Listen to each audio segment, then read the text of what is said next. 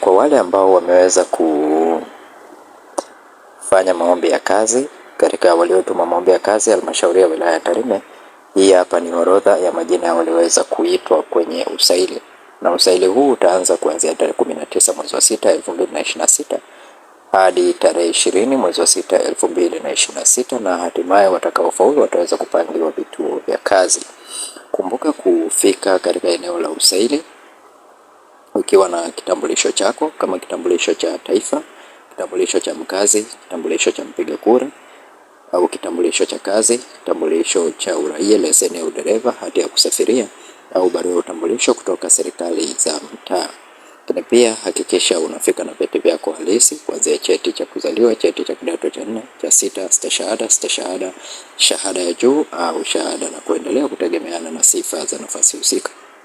Result slip zitakubaliwa. Na kwa ambao umesoma nje ya nchi, hakikisha vyeti vyako vimehakikiwa. Ratiba ya usaili wa vitendo: mwajiri ni halmashauri ya wilaya ya Tarime. Kada ni mwendesha ofisi daraja la pili, office management secretary grade 2. Tarehe ya usaili ni tarehe 19 mwezi wa 6 2026. Muda ni saa 1 kamili. Mahali ni shule ya sekondari Julius Kambarage Nyerere Nyamwaga. Pia dereva daraja la pili. Mahali ni ukumbi wa shule ya sekondari Julius Kambarage Nyerere Nyamwaga. Ratiba ya usaili wa mahojiano: kada mwendesha ofisi daraja la pili. Tarehe ya usaili ni tarehe 20 mwezi wa 6 2026. Mahali ni ukumbi wa shule ya sekondari Julius Kambarage Nyerere. Na dereva daraja la pili, mahali ni ukumbi wa shule ya sekondari Julius Kambarage Nyerere. Baadhi ya majina ya wale walioweza kuitwa katika usaili huu ni kama jinsi yanavyoonekana katika video hii. Hakikisha unaipata PDF hii.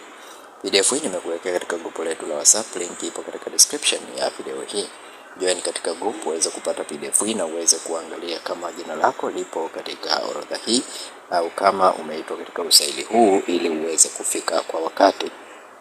Na kama ni mara yako ya kwanza kuingia katika channel hii ya Feaboy, bonyeza neno subscribe, like video hii na share video hii kwa wengine wengi zaidi. Asante na karibu tena.